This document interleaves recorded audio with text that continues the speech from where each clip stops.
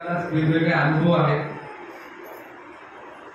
माझ्या आयुष्यातला निश्चितपणे अनेक वेळा महाराजांचा अनुभव मला मिळाला, परंतु सांगण्यासारखा अनुभव तो कधीही मी विसरू शकत नाही. नवीनच लग्न झालेलं होतं आणि आपल्या प्रथेप्रमाणे दिवाळी सणाला आपण आपल्या सासरी जातो. साधारणतः 2016ची ती गोष्ट. मी माझ्या स्वतःच्या गाडीतून, मी आणि माझी पत्नी गाडीमधून हायवेने येत असताना, साधारण धुळ्याकडचा जो रोड होता त्या रोडवरनं येताना मी माझ्या लाईननी, म्हणजे मी माझ्या बरोबर डाव्या हाताने माझी गाडी घेऊन पुढे चाललो होतो. समोरून ट्रक आला. ट्रक आल्यानंतर त्या ट्रकनी पहिली धडक गाडीला मारली. गाडी जागेवरती फिरली. त्या ट्रकला ओव्हरटेक करत असणारा दुसरा ट्रक, त्यांनी सुद्धा गाडीला धडक मारली. गाडीची स्थिती जर का पाहिली गेली तर ती खूपच भयानक होती. गाडीचं इंजिन एका बाजूला पडलेलं होतं, पूर्ण गाडी पुढच्या बाजूने डॅमेज झालेली होती. गाडीतून मला उतरणं शक्य नव्हतं. कसं बसं गाडीचा दरवाजा एका पायाने उघडून मी बाहेर आलो. दुसऱ्या बाजूने माझी पत्नी बाहेर आली.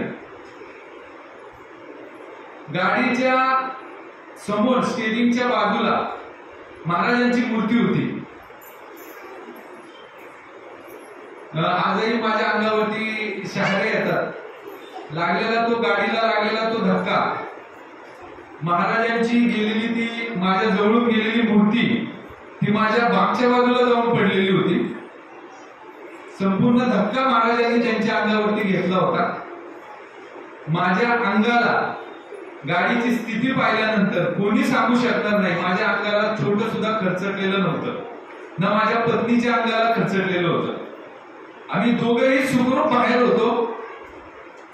आणि आम्ही बाहेर आल्यानंतर गाडीच्या झालेला अपघात पाहण्यासाठी थांबलेली जी काही लोक होती ती मला विचारत होती की आतला माणूस जिवंत आहे का. आणि ही मी माझा अनुभव घेतलेला महाराजांचा. मी खूप लहानपणापासून महाराजांची भक्ती करतो. भक्ती म्हणजे तुमच्यासारखी पण नाही करत. येता जाता फक्त मनोभावे त्यांना हात जोडतो. घरातून निघताना, कंपनीमध्ये जाताना त्यांना हात जोडतो आणि सांगतो की मी तुमच्या परवानगीने बाहेर चाललोय, तुमच्या परवानगीनेच मी घरामध्ये येईल. माझ्या आयुष्यामध्ये मी जे काही मिळवलंय ती त्यांची खूप मोठी कृपा माझ्यावर आहे. साधारणतः 1 महिन्यापूर्वी गुरुमाऊली पुण्यामध्ये आले. सनीवडला आपला एक कार्यक्रम झाला. त्याचं निमंत्रण, त्या गोष्टीचं मला काही मिनिटापूर्वी मिळालं. आणि आमचे आमदार, आता जे स्वर्गवासी झाले, श्री विनायकजी निमन यांचं ते सनीवर्ल्ड होतं. तिथं तो कार्यक्रम होता.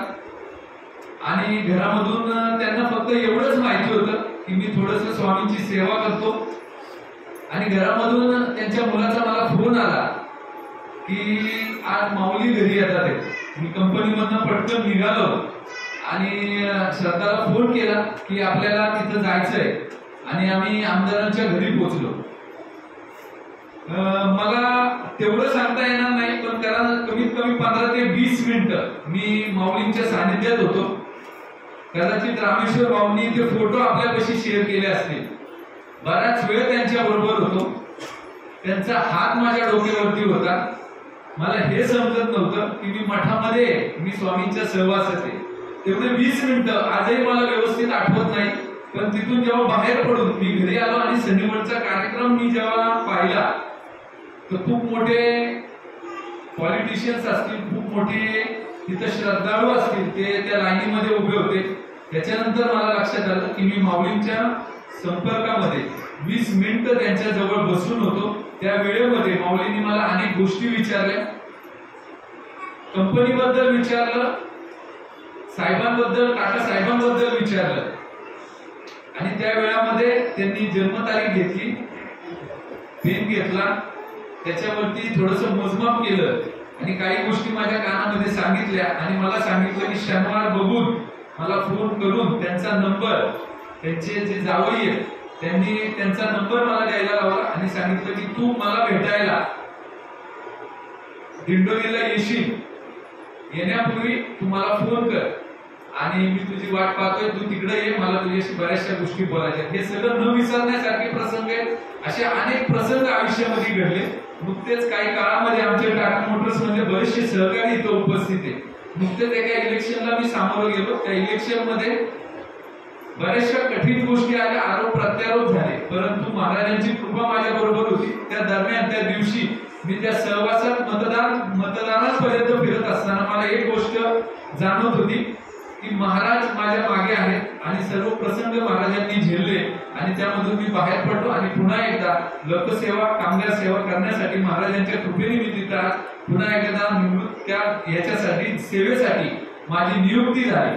महाराजांची कृपा ही प्रत्येकावर आहे आणि असते, फक्त ते प्रसंग कधी कधी आपल्याला आठवत नाही. त्यांना सेवा भावी दुसरं काहीच चालत नाही, तर त्यांना फक्त सेवा करावी.